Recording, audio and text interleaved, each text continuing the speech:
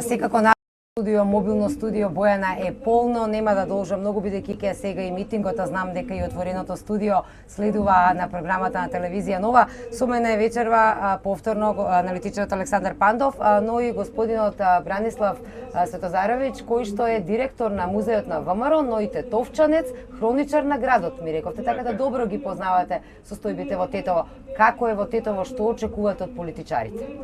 Ево ова што го гледам вечерва ме восхитува на вистина.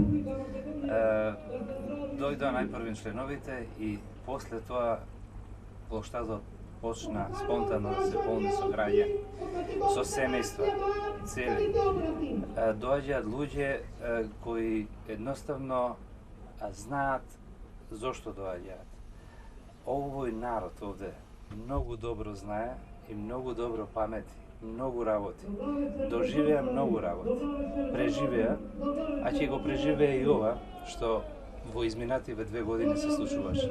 Навистина овој народ знае да процени, знае да го каже својот збор, знае да го даде својот глас за својата иднина и јас верувам дека и овој пат народот ќе се искаже вистински за својата иднина и тоа ќе биде она што навистина е неопходно за сите нас. Лекцијата која ја влечеме тука со векови, а тоа е таа единствена, унитарна Македонија, просперитетна Македонија, Македонија за сите граѓани. Како до подобра Македонија и подобар живот во Тетово? Имавте прилика да ги чуете програмите на сите партии кои што се инволвирани. Што според вас ќе биде најдобро за Тетово? Која е партијата која што му нуди добро на Тетово? И на изборната единица 6? Апсолутно. Програмата на Коалицијата за подобра Македонија, предводена од ВМРО ДПМН, има една многу издржана концепција за Полок и Тетово. Јас денес посебно ја анализирав заради овој настан и видов дека фактички економијата е одлично испланирана и таа оди со еден природен тек и многу реален. Гасовото да дојде до Скопје. Сега ќе се продолжи кон Тетово и Гостивар, 86 км.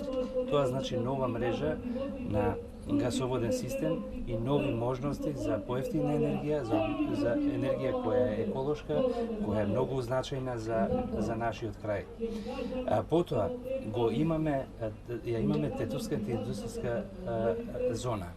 Тука веќе имаме фабрика, американска фабрика која веќе запослува 650 работници, а треба да дојде до 2500 работници. Навистина импозантна бројка, верувајте. Сега во моментот се градат уште 4 индустријски објекти во оваа зона. Тоа значи во превод дека секој млад човек кој сака да се вработи ќе може да се вработи. И луѓето едноставно тоа го гледаат. Секој ден гледаме една динамика, еден развој.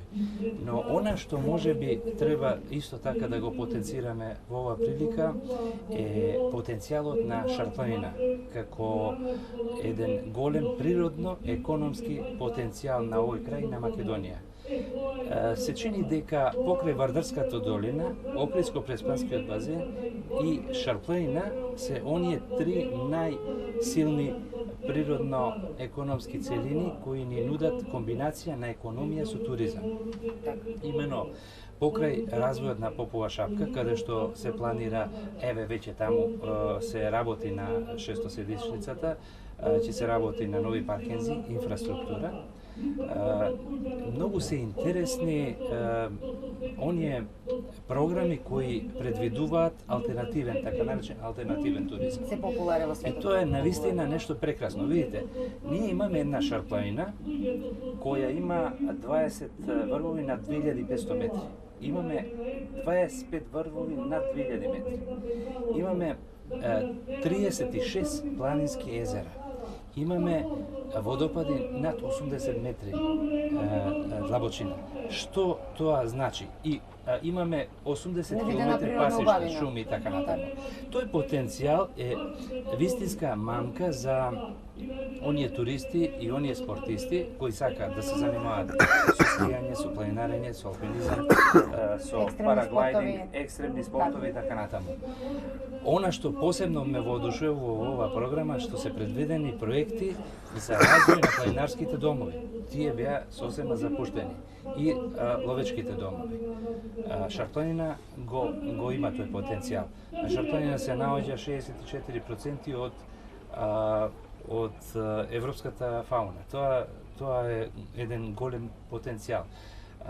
Тука се наоѓа сега не е искористен. апсолутно неискористен. И го имаме полот кој дава одлични услови како логистика за развој на туризмот. Ги имаме селата, селскиот туризам и сето тоа е предвидено сега во новата програма еден голем развој. Она што можеби како новитет многу ќе придонесе во развојот е секако предвидената нова мрежа на локални патишта. Сега за прв пат, значи, ќе може државата да интервенира и на локалните патишта, а тоа е голема помош за општините. Затоа што кога е закочено така. Тука гледаме дека работите не одеа со на тој темпо кој го посакуваат. Ќе се обнови патот до Попова шапка, се надеваме таму она инфраструктура што е неопходна дека со тоа ќе се развие уште повеќе, но и ќе се развие она што го велиме ние јавно партнерство, каде што ќе можат многу приватници да вложат таму и да ја најдат својата шанса. И својот бенефит, токму така. Ви благодарам многу. А господин Пандов, со вас сакам само кратко да проанализирам, пред да го анализираме во 22 часот комплетно целиот митинг и се што беше кажано. Многу интересна порака од господин Владимир Ѓорчев, носителот во оваа изборна единица, дека подаде отворена рака дури и кон гласачите на СДСМ кои што не се согласуваат со политиката на раководството на СДСМ на господинот Заев во последно време. Многу храбро. Сметате дека Помислам дека не само храбро. Многу логичен е чекорот. И гласачите, и членовите, и симпатизерите на СДСМ се сепак на крајот од денот македонци, македонски граѓани. И тие, како и секој еден нормален човек, посакуваат подобар стандард, подобар живот, сакаат вработување, подобра инфраструктура. Поточно, значи, без разлика на тоа дали е еден претходно бил гласач на ВМРО или на СДСМ, потребите се човечки. Од тука многу логички е да се бараат гласовите и од СДСМ, затоа што крајно сум уверен дека во цела Македонија, но поготово во изборната единица број 6, тие граѓани, тие симпатизери на СДСМ се длабоко разочарани, не гледаат перспектива во СДСМ и во лидерот Нивни Заев. Не само тоа, дотолку повеќе мислам дека очекуваат, ако не дај Боже, има позитивен резултат Заев, дека нивниот животен стандард, нивниот начин на живење, нивните навики ќе отидат на надоле и дека опозит на она што го говорат, дека треба да се задржат македонците во нивните огништа, во нивните родни места, дека миграцијата од изборната единица 6, поготово на македонците по род, таа миграција би била многу голема. И јас сум крајно уверен дека македонците и на минатите избори покажале и докажале дека го знаат вистинскиот избор, дека се политички писмени и дека референдумски ќе излезат на 11 декември и ќе го изберат она што е подобро за секој еден од нив, нас, за секој во Македонија. Никој не смее да потцени силата и волјата на народот, ниту па нивната можност да проценат што и како е. Народот е сепак оној кој што последно одлучува. Доколку можете да забележите зад господинот Пандов, ние сме буквално на самиот плоштад. Плоштадот можам да забележам одовде е полн со граѓани.